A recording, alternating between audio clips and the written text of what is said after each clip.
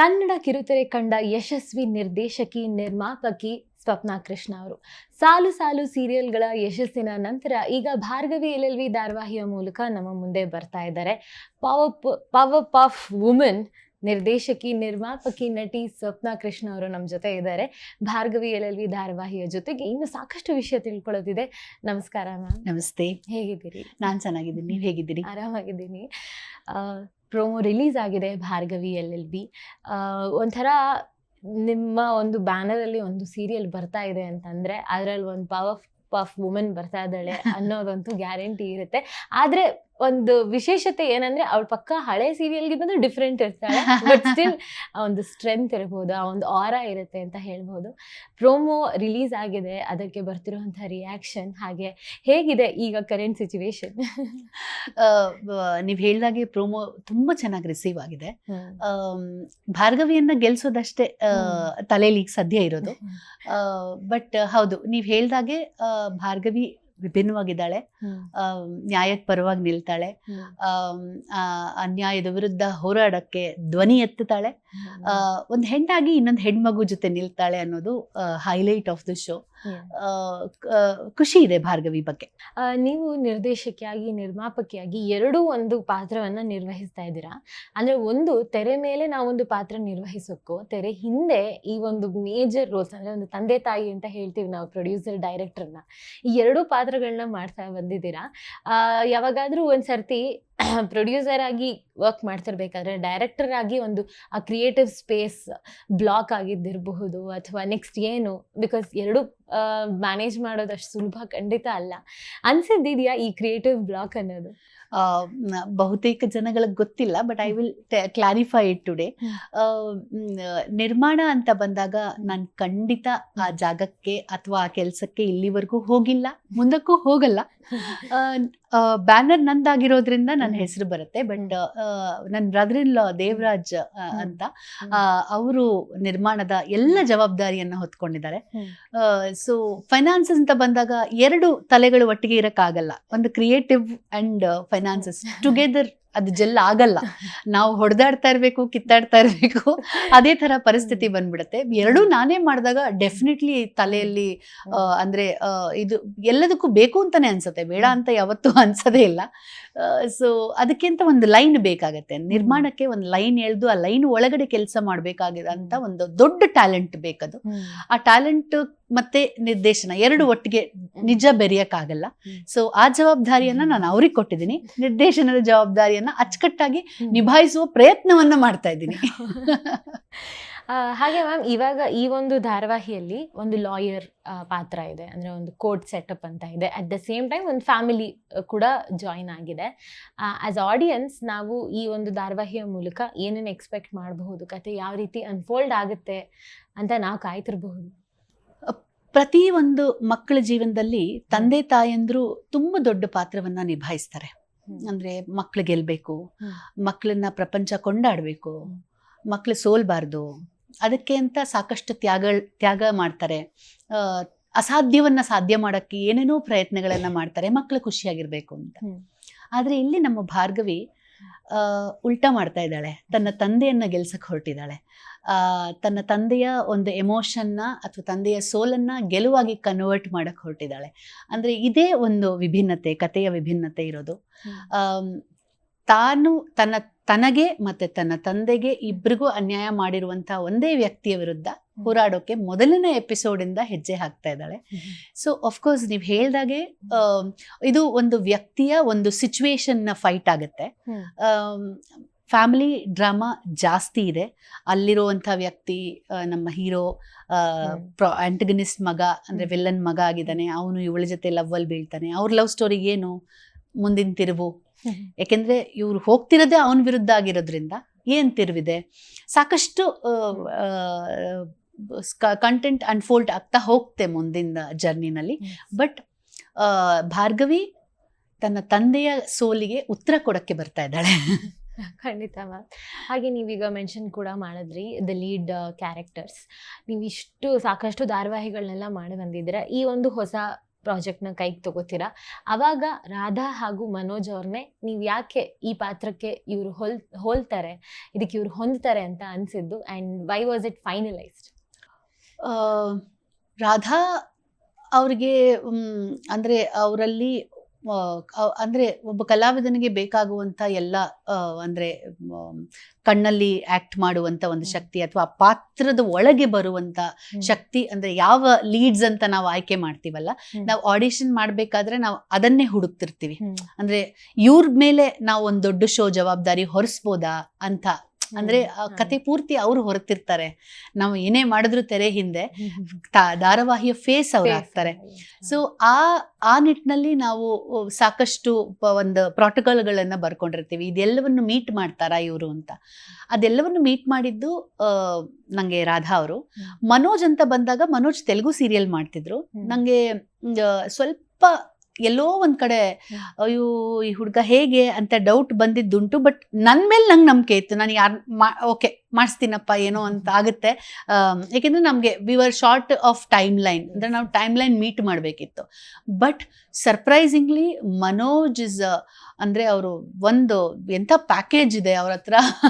ಅಂದ್ರೆ ಅವ್ರು ಎಂಥ ಒಳ್ಳೆ ಹೈಟ್ ಇದೆ, ಹೀ ಸ್ಮಾರ್ಟ್, ಅವ್ರ ನಟನೆ ಎವ್ರಿಥಿಂಗ್. ಅಂದ್ರೆ ನನ್ನ ಮನ್ಸಲ್ಲಿ ಇದ್ದಿದ್ದು ಎಲ್ಲ ಡೌಟ್ಗಳನ್ನ ಫಸ್ಟ್ ಡೇನೇ ಕ್ಲಿಯರ್ ಮಾಡಿಬಿಟ್ರು ಅವರು. ಅಂದ್ರೆ ಶೂಟಿಂಗ್ ಅಂತ ಬಂದಾಗ ಎಷ್ಟೋ ಸರಿ ಆ ಥರ ಆಗಿದ್ದು ಉಂಟು. ನಾವು ಶೂಟಿಂಗ್ ಮಾಡಕ್ ಇಳಿದ್ಮೇಲೆ ಇವ್ರು ವರ್ಕ್ ಆಗ್ತಿಲ್ಲ ಅಂತ ಚೇಂಜ್ ಮಾಡಿದ್ದು ಉಂಟು. ನಾವು ಸಾಕಷ್ಟು ಧಾರಾವಾಹಿಗಳಲ್ಲಿ, ನಂದು ಇದು 6ನೇ ಸೀರಿಯಲ್ ಮಾಡಿದ್ದು ಉಂಟು. ಬಟ್ ಇವರಿಬ್ರಲ್ಲಿ ಆ ಥರದ್ದು ಏನೂ ಯೋಚನೆ ಬಂದಿಲ್ಲ. ಅಂಡ್ ಇವರಿಬ್ರು they are packed for the characters, ಅಂದ್ರೆ ಎಲ್ಲವೂ ಅವರಲ್ಲಿದೆ. ಎಸ್ ಮ್ಯಾಮ್, ಗೃಹಲಕ್ಷ್ಮಿ, ಗಂಗಾ, ಸುಬ್ಬಲಕ್ಷ್ಮಿ ಸಂಸಾರ, ಅಂತರಪಟ, ಸತ್ಯ, ಒಂಥರ ಈ ಎಲ್ಲ ಹಿಂದಿನ ಧಾರಾವಾಹಿಗಳನ್ನ ನೋಡ್ಕೊಂಡು ಬಂದಾಗ ನಾನಾಗಲೇ ಹೇಳ್ದಂಗೆನೆ ಒಂದು ಪವರ್ಫುಲ್ ವುಮೆನ್ ಇರ್ತಾಳೆ ಅದರಲ್ಲಿ ಅಂತ ಇತ್ತು. ಆ್ಯಂಡ್ ಈ ಒಂದು ಭಾರ್ಗವಿ ಅನ್ನೋ ಹೆಸರು ಚೂಸ್ ಮಾಡಿದ್ದು ಯಾಕೆ ಅಂತ ಕೇಳಬಹುದಾ? ಭಾರ್ಗವಿ ದುರ್ಗೆಯ ಸ್ವರೂಪ. ಸೊ ನಾನು ಆರಾಧಿಸೋ ದೈವ ವನದುರ್ಗಿ ಅಮ್ಮ. ಸೊ ಐ ಆಮ್ ಲೈಕ್, ನನಗೆ ಅವ್ರ ಹೆಸರದ್ದು ಯಾವುದಾದ್ರೂ ನಡೆಯುತ್ತೆ. ಸೊ ಭಾರ್ಗವಿ ಹಾಗಾಗಿದ್ದು, ಭಾರ್ಗವಿಗೆ ಒಂದು ದುರ್ಗಿಯ ಪವರ್ ಬಂದಿದ್ದು ಖುಷಿ ಇದೆ. ಡೆಫಿನೆಟ್ಲಿ. ಆಲ್ಮೋಸ್ಟ್ ಈಗ 6 ಪ್ರಾಜೆಕ್ಟ್ಸ್ ಮುಗಿಸಿದ್ದೀರಾ ಯಶಸ್ವಿಯಾಗಿ, ಆ್ಯಂಡ್ 2 ದಶಕಗಳಿಂದ ನೀವು ಈ ಒಂದು ಇಂಡಸ್ಟ್ರಿಲೇ ಇದ್ದೀರಾ. ಎಂಥ ಬದಲಾವಣೆಗಳನ್ನ ನೋಡಿದ್ದೀರಾ? ಯಾವ ರೀತಿಯ ಒಳ್ಳೆ ಬದಲಾವಣೆಗಳನ್ನ ನೀವು ಕಾಣ್ತಾ ಇದ್ದೀರಾ? ಆ್ಯಂಡ್ ಈ ಥರನೂ ಎಲ್ಲ ಚೇಂಜಸ್ ಆಗಿದೆಯಾ ಅಂತ ಅನ್ಸಿದ್ದಿದೆಯಾ? ಯಾವ್ದಾದ್ರು ಆಶ್ಚರ್ಯ ತಂದಿದ್ದಿದೆಯಾ? ನಾವೆಲ್ಲ ಆಕ್ಟ್ ಮಾಡ್ತಿದ್ದೆ. ನಾನು ಅವಾಗ ಸಪೋರ್ಟಿಂಗ್ ಆಕ್ಟ್ರೆಸ್ ಆಗಿ ಕೆಲಸ ಮಾಡ್ತಿದ್ದೆ. ನಾವು ಆಕ್ಟ್ ಮಾಡ್ತಾ ಇದ್ದಾಗ ಸೀರಿಯಲ್ ಪ್ರಪಂಚ ಬೇರೆ ಆಗಿತ್ತು, ಇವಾಗಿನ ಸೀರಿಯಲ್ ಪ್ರಪಂಚ ಬೇರೆ ತರ ಇದೆ. ಬಟ್ ಇವಾಗೆಲ್ಲ ತುಂಬಾ ಮೆಕ್ಯಾನಿಕಲ್ ಆಗಿದೆ ಎಲ್ಲವೂ. ಅಂದ್ರೆ ಶೋ ತಗೊಂಡವರು ಅಷ್ಟೇ ಕಥೆಯನ್ನ ಚೆನ್ನಾಗಿ ಹೇಳಬೇಕು ಅಂದವ್ರ ಮೇಲೆ ಜಾಸ್ತಿ ಜವಾಬ್ದಾರಿ ಇರುತ್ತೆ. Because people get disconnected very easily. ಅಂದ್ರೆ ಆಕ್ಟ್ ಮಾಡ್ತಾರೆ ಅಷ್ಟೇ ಡಿಸ್ಕನೆಕ್ಟ್. ನಾವೆಲ್ಲ ಪಾತ್ರವನ್ನ ಮನೆಗೂ ಕರ್ಕೊಂಡು ಹೋಗ್ತಾ ಇದ್ವಿ. ನಾನು ಅಂತಂದ್ರೆ ನಾನಲ್ಲ, ನಮ್ಮ ಜಾನರ್ ಟೈಮಲ್ಲಿ ಇದ್ದವರೆಲ್ಲ. ಲಕಿಲಿ ನನಗೆ ಅಂದ್ರೆ ನನಗೆ ಕಥೆಯನ್ನ ಮಾತಾಡೋರು ಬೇಕು. ಅಂದ್ರೆ ಉಳಿದಿದ್ದನ್ನು ಮಾತಾಡ್ತೀವಿ ನಾವು, ಇಲ್ಲ ಅಂತಲ್ಲ. ಬಟ್ ಜಾಸ್ತಿ ಈ ಸೀನ್ ಚೆನ್ನಾಗಿತ್ತು ಅಥವಾ ಈ ಕತೆ ಚೆನ್ನಾಗಿ, ಅವಾಗ ಏನಾಗುತ್ತೆ ಔಟ್ಪುಟ್ ಚೆನ್ನಾಗಿ ಬರುತ್ತೆ. ತುಂಬ ಕಡಿಮೆ ಆಗ್ಬಿಟ್ಟಿದೆ ಆ ಸಂಖ್ಯೆ. ಅಂದ್ರೆ ತುಂಬಾ ಡಿಸ್ಕನೆಕ್ಟೆಡ್ ಆಗಿದ್ದಾರೆ ಇವಾಗ. ಬದಲಾವಣೆ ಅಂದ್ರೆ ಅದೇ. ಬಟ್ ಅದೆಲ್ಲವನ್ನು ಮೀರಿ ನಾವು ಒಂದು ಶೋನ ಕೊಡ್ಲೇಬೇಕಾಗತ್ತೆ. ಅದು ನಿರ್ದೇಶಕಿಯಾಗಿ ಅಥವಾ ನಿರ್ಮಾಪಕಿಯಾಗಿ ನಮ್ಮ ಜವಾಬ್ದಾರಿ ಆಗತ್ತೆ. ಅದ್ಯಾವುದನ್ನು ಕಾಣಿಸ್ದೆ, ಅದ್ಯಾವುದನ್ನು ಗೊತ್ತು ಮಾಡಿಸ್ದೆ ತೆರೆ ಮೇಲೆ ತರಬೇಕಾಗಿರೋದು. ಬಟ್ ಇದು ಒಂದೇ ಫೀಲ್ಡ್ ಅಂತಲ್ಲ, ಎಲ್ಲ ಫೀಲ್ಡಲ್ಲೂ ಹಾಗೆ ಆಗಿದೆ. ಅಂದ್ರೆ ಸೀರಿಯಲ್ಲು ಅಂತ ಬಂದಾಗಲ್ಲ, ಸಿನಿಮಾಲೂ ಹಾಗೆ ಇದೆ, ಕಾರ್ಪೊರೇಟಲ್ಲೂ ಹಾಗೆ ಇದೆ, ಅಥವಾ ಯಾವುದೋ ಅಂದ್ರೆ ತರಕಾರಿ ಮಾಡೋನ್ಗೂ ಅದೇ, ಮಾರೋನಿಗೂ ಅದೇ ಬಂದಿದೆ, ಹೂವು ಮಾರೋರ್ಗೂ ಅದೇ ಬಂದಿದೆ. So it is a revolution which is happening. So and change is always constant and hange inevitable ಆಗ್ಬಿಡುತ್ತೆ ಒಂದ್ಸಲಿ. ಅಂಡ್ ನೀವು ಹೇಳಿದ್ರಿ ಸಹ ನೀವು ನಟಿಯಾಗಿ ಕೆಲಸ ಮಾಡ್ತಿದ್ರಿ ಅಂತ. When did you realise direction was my calling ಅಂತ? When I use to act also. ಅಂದ್ರೆ ನಾನು ಆಕ್ಟ್ ಮಾಡಬೇಕಾದ್ರೆ ನನಗೆ ಸಾಕಷ್ಟು ತೆರೆ ಹಿಂದಿನ ಕೆಲಸಗಳು ಅಟ್ರಾಕ್ಟ್ ಮಾಡ್ತಾ ಇದ್ವು. ಅಂದ್ರೆ ನಾನು ಗ್ರೀನ್ ರೂಮಲ್ಲಿ ಜಾಸ್ತಿ ಕೂತಿದ್ದಕ್ಕಿಂತ ಹಾಲಲ್ಲಿ ಅಥವಾ ಎಲ್ಲಿ ಶೂಟಿಂಗ್ ಮಾಡ್ತಿರ್ತಾರೋ ಅಲ್ಲಿ ಕೂತ್ಕೊಂಡಿದ್ದು ಸಮಯವನ್ನ ಕಳೆದಿದ್ದೀನಿ. ಗ್ರೀನ್ ರೂಮಲ್ಲೂ ಇದ್ದೀನಿ, ಬಟ್ ಇಲ್ಲಿ ಕಳೆದಿದ್ದೀನಿ. ನನಗೆ ಕ್ಯೂರಿಯಾಸಿಟಿ ಜಾಸ್ತಿ ಇರ್ತಿತ್ತು. ಇದ್ಯಾಕೆ ಇಲ್ಲೇ ಇಡ್ತಿದ್ದೀರಾ, ಇದ್ಯಾಕೆ ಹಿಂಗೆ ಕಟ್ ಮಾಡ್ತಾ ಇದ್ದೀರಾ, ಇದ್ಯಾಕೆ ಇದೇ ಶಾರ್ಟ್ ತೆಗಿತಾ ಇದ್ದೀರಾ ಅಂತ ತುಂಬ ತಲೆ ತಿಂದಿದ್ದು ಇದೆ. ಇದಕ್ಕೆ ಗೊತ್ತಿಲ್ಲ, may be it was a calling for me, ಅದನ್ನೆಲ್ಲ ಕಲಿಬೇಕು ಆ ಟೈಮಲ್ಲೂ ಅಂತ. ನನ್ನ ಮೊದಲನೇ ಸೀರಿಯಲ್ ಅಂತ ನಾವು ಬಂದಾಗ ನಾನು ಎಡಿಟ್ ರೂಮಲ್ಲಿ, ನಾನು ಯಾವುದೋ ಯೂನಿವರ್ಸಿಟಿಗೆ ಹೋಗಿ ಡೈರೆಕ್ಷನ್ ಡೆಫಿನೆಟ್ಲಿ ಕಲ್ತಿಲ್ಲ. ಇದು ನನ್ನ ಮೊದಲನೇ ಸೀರಿಯಲ್ಲು ಗೃಹಲಕ್ಷ್ಮಿ ಅಂತ ಬಂದಾಗ ನನ್ನ ಜಾಬು ಬರೀ ದಿನ ಎಪಿಸೋಡ್ ನೋಡಬೇಕು, ಎಡಿಟಿಂಗ್ ರೂಮಲ್ಲಿ ಕಳಿಸ್ಬೇಕು. Editing is the best place to learn direction. ಅಂದ್ರೆ ಪ್ರತಿಯೊಂದು ಔಟ್ಪುಟ್ ನಿಮ್ಗೆ ಅಲ್ಲಿ ಬಂದ್ಬಿಟ್ಟಿರತ್ತೆ. ಏನ್ ಕಡಿಮೆ ಆಗಿದೆ ಅಂತ ಅರ್ಥ ಮಾಡಿಸುತ್ತೆ ಅದು. ಅಂದ್ರೆ ಇದು ಇನ್ನೇನ್ ಬೇಕು, ಇನ್ ಯಾವ ಶಾರ್ಟ್ಗಳನ್ನು ತೆಗ್ದಿದ್ರೆ ಇದು ಚೆನ್ನಾಗಿರ್ತಿತ್ತು, ಇದು ಯಾವ ಶಾರ್ಟ್ಗಳ ಮುಖಾಂತರ ನಾವು ಹೇಳ್ಬೇಕಿತ್ತು. Editor is another director, ಅವನ್ ಕತೆ ಹೇಳ್ತಾನೆ. ಅಂದ್ರೆ ನಾವು ಇಲ್ಲಿ ಏನೇ ತೆಗ್ದು ಇಲ್ಲಿ ಏನೇ ಇದ್ ಮಾಡಿದ್ರು ಎಡಿಟರ್ ಹೇಳುವ ಕಥೆಯನ್ನ ಜನ ನೋಡೋದು. ಸೊ ಅಲ್ಲಿ ಪ್ರತಿಯೊಂದು, ಅಂದ್ರೆ ನಾನು ಸಾಕಷ್ಟು ಎಡಿಟರ್ಗಳ ಜೊತೆ ಕೆಲಸ ಮಾಡಿದ್ದೀನಿ. ಆ ಎಡಿಟರ್ಗೆ ಎಲ್ರಿಗೂ ಥ್ಯಾಂಕ್ಸ್ ಹೇಳ್ತೀನಿ. ಅವ್ರು ನಂಗೆ ಏನ್ ಬೇಕು ಏನ್ ಬೇಡ ಅಂತ ತುಂಬಾ ನೀಟಾಗಿ ಕೆಲವೊಮ್ಮೆ ಎಕ್ಸ್ಪ್ಲೇನ್ ಮಾಡಿ ಹೇಳಿದೆ. ಸೊ ಅಲ್ಲಿ ನನ್ನ ಡಿರೆಕ್ಷನ್ ಜರ್ನಿ ಬಿಗಿನ್ ಆಗಿದ್ದು. So that's how I am a director today. Beautifully shed ma'am. ಎಷ್ಟೋ ಜನಕ್ಕೆ ಇದೊಂದು ಹೊಸ ಇನ್ಫಾರ್ಮೇಶನ್ ಆಗುತ್ತೆ ಅಂತ ಅನ್ಸುತ್ತೆ. ಅಂದ್ರೆ ಅಂದ್ರೆ ಪ್ರತಿಯೊಬ್ರು ಅವರವರ ಒಂದು ಕಾಂಟ್ರಿಬ್ಯೂಷನ್ ಕೊಟ್ಟಾಗ್ಲೇ ಅದೊಂದು ಪ್ರಾಜೆಕ್ಟ್ ಕಂಪ್ಲೀಟ್ ಅಂತ ಆಗೋದು. ಎಲ್ಲರ ಪಾತ್ರ ಎಷ್ಟು ಮುಖ್ಯ ಅನ್ನೋದನ್ನ ಬಹಳ ಚೆನ್ನಾಗಿ ಹೇಳಿದ್ದೀರಾ.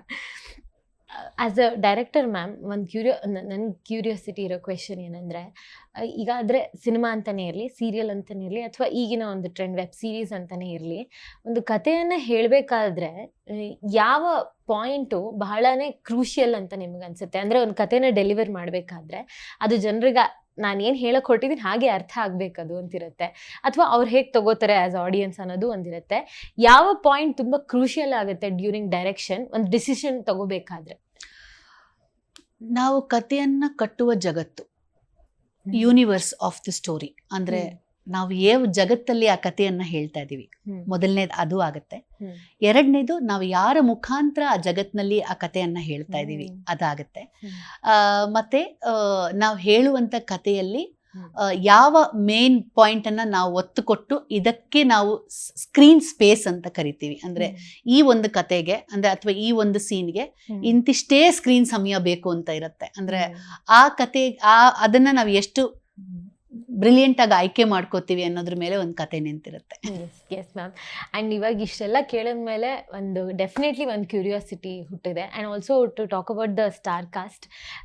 ಸೀರಿಯಲ್ಗಳಲ್ಲೂ ಇವಾಗ ಅದೇ ರೀತಿಯ ಒಂದು ಸ್ಟಾರ್ ಕಾಸ್ಟ್ ಇರುತ್ತೆ. ಯಾಕಂದರೆ ನಮಗೆ ಅವ್ರನ್ನ ಬೇರೆ ಬೇರೆ ಪಾತ್ರಗಳಲ್ಲಿ ನೋಡಿರ್ತೀವಿ. ಓಕೆ, ಈ ಧಾರಾವಾಹಿ ಇನ್ನು ಹೇಗೆ ಮಾಡ್ಬೋದು ಇವರು ಅನ್ನೋ ಒಂದು ಕ್ಯೂರಿಯಾಸಿಟಿ ಇರುತ್ತೆ. ಹಾಗೆ ಕೇಳೋದಾದರೆ ಎಲ್ಲ ಪಾತ್ರಗಳನ್ನ ಆಯ್ಕೆ ಮಾಡಬೇಕಾದ್ರೆ ಏನು ನೋಡ್ತಿತ್ತು ತಲೆಯಲ್ಲಿ? ನಾನು ತುಂಬಾ spiritual person. I will explain to you in this in a spiritual way only. ಕೆಲವೊಂದು ಪ್ರಾಜೆಕ್ಟ್ಗಳಿಗೆ ನಾವು ಆಯ್ಕೆ ಮಾಡ್ತೀವಿ, ಕೆಲವೊಂದು ಪ್ರಾಜೆಕ್ಟ್ ಆಯ್ಕೆ ಮಾಡ್ಕೊಳ್ಳುತ್ತೆ. ಸೊ ಹಾಗಾಗಿ ಭಾರ್ಗವಿಯನ್ನ ಆಯ್ಕೆ ಮಾಡ್ಕೊಂಡಿದ್ದು ಭಾರ್ಗವಿ, ಎಲ್ಲರನ್ನು ನನ್ನ ಆಯ್ಕೆ ಮಾಡಿದ್ದು ಭಾರ್ಗವಿನೇ. ಸೊ ಹಾಗಾಗಿ ಇದೊಂದು ವಿಶೇಷತೆ ಈ ಪ್ರಾಜೆಕ್ಟ್ ಅಲ್ಲಿ. ಯಾರ್ಯಾರು ಬೇಕೋ things will fall into place ಅಂತಾರಲ್ಲ, ಹಾಗಾಗಿದ್ದು ಭಾರ್ಗವಿ. ಸೊ ಇಲ್ಲಿ ನಮ್ಮ ಯಾರು ಘಟಾನುಘಟಿಗಳಿದಾರಲ್ಲ ಅದೆಲ್ಲ ಪ್ರಾಜೆಕ್ಟೇ ಆಯ್ಕೆ ಮಾಡ್ಕೊಂಡಿರುವಂತ ಮುಖಗಳು. ಅದ್ರ ಬಗ್ಗೆನೂ ತುಂಬಾ ಖುಷಿ ಇದೆ ನನಗೆ, ಅಂಡ್ ತುಂಬಾ ಕಾನ್ಫಿಡೆಂಟ್ ಇದೆ. I am very happy also about it. And also they say cinema takes what it wants. Yes, exactly. Exactly. And it applies to serial also. ಎಲ್ಲ ಕಡೆ project ಅಲ್ಲೂ ಅದು ಅಪ್ಲೈ ಆಗುತ್ತೆ. ಒಳ್ಳೇದು ಆಗ್ಬೇಕು ಅಂತಿದ್ರೆ ಅದೇ ಆಯ್ಕೆ ಮಾಡೋದು, ನಾವು ಆಯ್ಕೆ ಮಾಡೋದಕ್ಕಿಂತ ಹೆಚ್ಚಾಗಿ. ಅಂದ್ರೆ ನಾವು ಆಯ್ಕೆ ಮಾಡೋದು it comes more to mechanical ಮೋಡ್ಗೆ ಬಂದ್ಬಿಡ್ತೀವಿ. ಅಂದ್ರೆ ನಾವು ಏನೋ ಡೆಲಿವರ್ ಮಾಡ್ಬೇಕು, ನಮ್ ಟೈಮ್ ಲೈನ್ಗೆ ಬಂದ್ಬೇಕು, ಆ ಥರದ್ದೇನೋ ಹೊಟ್ಟೋಗ್ತೀವಿ ನಾವು. ಅದು ಡಿಲೇ ಆಗ್ತಿದೆ ಅಥವಾ ಇನ್ನೇನೋ ಆಗ್ತಿದೆ ಅಂದ್ರೆ it's project which is taking time and taking the phases. Yes. I believe in that. ಖಂಡಿತ ಯೂಶಲಿ ಆ್ಯಕ್ಟರ್ಸ್ದು ಜಾಸ್ತಿ ಇಂಟರ್ವ್ಯೂಸ್ ಹೋಗ್ತಾ ಇರುತ್ತೆ. ಆ್ಯಂಡ್ ಅವರೆಲ್ಲ ಹೇಳ್ತಿರ್ತಾರೆ ಅವ್ರ ಸ್ಕೆಡ್ಯೂಲ್ ಹೇಗೆ ಹೋಗ್ತಾ ಇರುತ್ತೆ, ನಾವು ಇಷ್ಟೊತ್ತಿಂದ ಶೂಟ್ ಮಾಡಿದ್ವಿ ಅಂತ. ಅವರೆಷ್ಟು ಸಮಯ ಕಳೆದಿರ್ತಾರೋ ಅಷ್ಟೇ ಸಹ ಟೆಕ್ನಿಕಲ್ ಟೀಮು ಕೂಡ ಬ್ಯಾಕ್ಗ್ರೌಂಡಲ್ಲಿ ವರ್ಕ್ ಮಾಡ್ತಾ ಇರುತ್ತೆ. ಒಂದು ಮೆಗಾ ಧಾರಾವಾಹಿ ಡೈರೆಕ್ಟರ್ ಅಂತಂದರೆ ನೀವು ಐ ಗೆಸ್ ಮನೇಲಿ ಕೂತಿದ್ದಾಗಲೂ ನೀವು ಕತೆ ಬಗ್ಗೆ ಎಲ್ಲೋ ಯೋಚನೆ ಮಾಡ್ತಾ ಇರ್ತೀರ ಅಂತ ಅನ್ಸುತ್ತೆ. ನೆಕ್ಸ್ಟ್ ಏನು ಮಾಡೋದು ಅನ್ನೋ ಥರ. How do you give time for your family ma'am? ನನ್ನ ಫ್ಯಾಮಿಲಿದು ಇದೇ ಪ್ರೊಫೆಷನ್ ಆಗಿರೋದ್ರಿಂದ ನನಗೆ ಅಷ್ಟು ಕಷ್ಟ ಆಗಲ್ಲ. ಬಿಕಾಸ್ ನನ್ನ ಸ್ವಪ್ನ ಕೃಷ್ಣ, ನಾನು ಕೃಷ್ಣನ ಜೊತೆಗೆ ಇಟ್ಕೊಂಡಿರ್ತೇನೆ ಯಾವಾಗ್ಲೂ. ಸೊ ನಾವಿಬ್ರು ಒಳ್ಳೆ ಕತೆಗಳನ್ನ ಹೇಳಬೇಕು ಅಂತ ಡಿಸ್ಕಸ್ ಮಾಡ್ತಾ ಇರ್ತೀವಿ ಯಾವಾಗ್ಲೂ. ಒಂದ್ ಹೆಣ್ಮಗಳಾಗಿ ಫ್ಯಾಮಿಲಿಗೆ ಎಷ್ಟು ಇಂಪಾರ್ಟೆನ್ಸ್ ಕೊಡ್ತೀವಿ ಅಂದ್ರೆ, ನಂದೊಂದು ಕೂಡು ಕುಟುಂಬ. ನಾವು 8 ಜನ ಇರ್ತೀವಿ ಮನೆಯಲ್ಲಿ. ಸೊ ನನ್ನ ಅತ್ತೆ, ನನ್ನವ್ರಿಗಿತ್ತಿ, ಅವರೆಲ್ಲವೂ ಅವ್ರು ಕೊಡುವ ಸಪೋರ್ಟು, ಅಂದ್ರೆ ಅವರಿಗೆ ಅಂದ್ರೆ ಅವರು ಮಾಡುವ ಸ್ಯಾಕ್ರಿಫೈಸಸ್ ಐ ಶುಡ್, ಅಂದ್ರೆ ನಾನು ಅದನ್ನ ಹೇಳ್ಬೇಕು. ಅಂದ್ರೆ this is the time I should be telling and thanking them. ಅವರು ನೀನ್ ಮುಂದಕ್ಕೆ ಹೋಗು ಅಂತ ಹೇಳಿ ಅವ್ರು ಸಾಕಷ್ಟು ಜವಾಬ್ದಾರಿಗಳನ್ನ ಹೊತ್ಕೋತಾರೆ. ಅಂದ್ರೆ ಇವಾಗ ಅತ್ತೆ ಸೊಸೆ ಜಗಳ, ಊರವ್ರಿಗಿತ್ತಿ ಜಗಳ, ಅಥವಾ ಇನ್ನೇನೋ ಕಾಂಪ್ಲಿಕೇಟೆಡ್ ಆಗಿರುವಂತ ಜಗತ್ನಲ್ಲಿ ಇಂಥ ಒಂದು ಸುಂದರವಾದ ಕುಟುಂಬ ನನಗಿರೋದು, ನನ್ನ ಪ್ರೋತ್ಸಾಹ ಮಾಡ್ತಿರೋದು, ಅದು ನನ್ನ ದೊಡ್ಡ ಶಕ್ತಿ. ಇದಕ್ಕೂ ನಾನು ಅಮ್ಮಂಗೆ ಥ್ಯಾಂಕ್ಸ್ ಹೇಳ್ತೀನಿ. ಯಾಕೆ ಅಂತಂದ್ರೆ ಆ ತರ ಜಾಗದಲ್ಲಿ ನನ್ನನ್ನ ಇಟ್ಟಿರೋದಕ್ಕೆ. ಅಂದ್ರೆ ನನಗೆ ತುಂಬಾ ದೊಡ್ಡ ಗೋಡೆ ಇದೆ ಸುತ್ತ. ಅಂದ್ರೆ ನಂಗೆ ಯಾರು ಈಸಿಯಾಗಿ ಹರ್ಟ್ ಮಾಡಲ್ಲ, ಅಥವಾ ನಾನು ಯಾವ್ದಕ್ಕೂ ಈಸಿಯಾಗಿ ಹರ್ಟ್ ಆಗಲ್ಲ. ಯಾಕೆ ಅಂದ್ರೆ ನನ್ನ ಜೊತೆ ನಂದೊಂದು ದೊಡ್ಡ ಫ್ಯಾಮಿಲಿ ಇದೆ, ನನ್ನ ಮಕ್ಕಳಿದ್ದಾರೆ, who will definitely support me. They also ಅಂದ್ರೆ ಪ್ರತಿ ಹಂತದಲ್ಲೂ ಅವರು, ಮಮ್ಮ ಇದು ಚೆನ್ನಾಗಾಗುತ್ತೆ, ಇದು ನೀವು ತುಂಬಾ ಚೆನ್ನಾಗಿ ಮಾಡಿದ್ದೀರಾ ಅಂತ ಹೇಳಿ ಅವರು they keep celebrating me. Yes. So it's very important to have a good family who is understanding you. So ವೀಕ್ಷಕರೇ, ಇವಾಗ ನಿಮಗೆ ಗೊತ್ತಾಯ್ತು ಅನ್ಸುತ್ತಲ್ವಾ ಇಷ್ಟು ಒಳ್ಳೆ ಸ್ಟ್ರಾಂಗ್ ಸ್ತ್ರೀ ಪಾತ್ರಗಳು ಬರೋದಕ್ಕೆ ಕಾರಣ ಏನು ಅಂತ. ಅಂಡ್ ಇಷ್ಟು ಪ್ರಾಜೆಕ್ಟ್ಸ್ಗಳನ್ನ ನೋಡಿದೀವಿ, ನಿಮ್ಮ all successful, touch wood. And ನಾನು ಹೇಳೋದು ಏನಂದ್ರೆ, ಈ ಥರ ಇರಬೇಕಾದ್ರೆ ಆಸ್ ಅ ಡೈರೆಕ್ಟರ್ ನಿಮ್ಮ ಮೇಲೆ ಜವಾಬ್ದಾರಿ ಜಾಸ್ತಿ ಆಗುತ್ತೆ ಅನ್ಸುತ್ತೆ. ಪ್ರತಿಯೊಂದು ಎಪಿಸೋಡ್ ಡೆಲಿವರ್ ಮಾಡಬೇಕಾದ್ರೂ ಸಹ, ಬಿಕಾಸ್ ಅಷ್ಟು ಇಷ್ಟಪಟ್ಟಿದ್ದಾರೆ ಪ್ರೇಕ್ಷಕರು. ಖಂಡಿತ ಭಾರ್ಗವಿ LLB ಇಲ್ಲೂ ಕೂಡ ನಾವು ಅದನ್ನೇ ನೋಡ್ತೀವಿ ಅನ್ನೋ ಒಂದು ಕಾನ್ಫಿಡೆನ್ಸ್ ಇದೆ as audience. All the very best ma'am ಈ ಪ್ರಾಜೆಕ್ಟ್ಗೆ. ಮುಂದಿನ ನಿಮ್ಮ ಎಲ್ಲ ಪ್ರಾಜೆಕ್ಟ್ಸ್ಗೂ ಸಹ ನಮ್ಮ ತಂಡದ ಪರವಾಗಿ all the best. Thank you so much. Means a lot.